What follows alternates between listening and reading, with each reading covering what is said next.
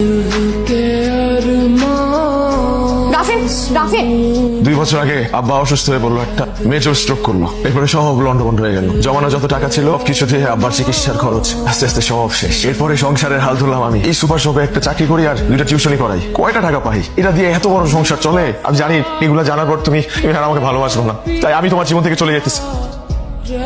রাফিন, তোমার সুখ দুঃখের পার্টনার আমি, আমার সাথে শেয়ার করবে না? তুমি খাইছো? না খাই নাই, খাবো। কি রান্না করছো বাসায়? তো ডাল ভাত। শুধু ডাল দিয়ে খাবি না?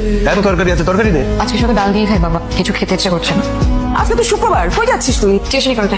তুই আবার টিউশনি নিলি কবে? মা, বাসায় বসে থাকতে থাকতে বোর্ড লাগে, তাই ভাবলাম একটা টিউশনি। তুমি কেন এত কষ্ট করবো? তুমি কেন আমার জন্য স্যাক্রিফাইস করবো? শুধু সুখ ভাগাভাগির মধ্যে কি ভালোবাসা হয়? সুখ দুঃখ ভাগাভাগির নামই হচ্ছে ভালোবাসা।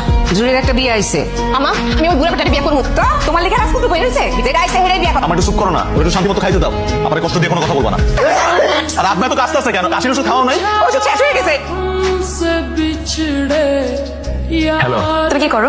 কিছু না, একটু বাইরে আসছি আব্বার ওষুধ কেনার জন্য। আমি বাসায় গিয়ে তোমার ফোন দিই।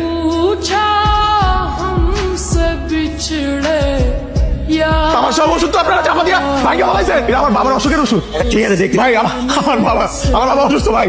আচ্ছা, আপনি টাকা দিয়ে যাইতে হবে। আচ্ছা মানে সরু মানে টাকা দিয়ে যান।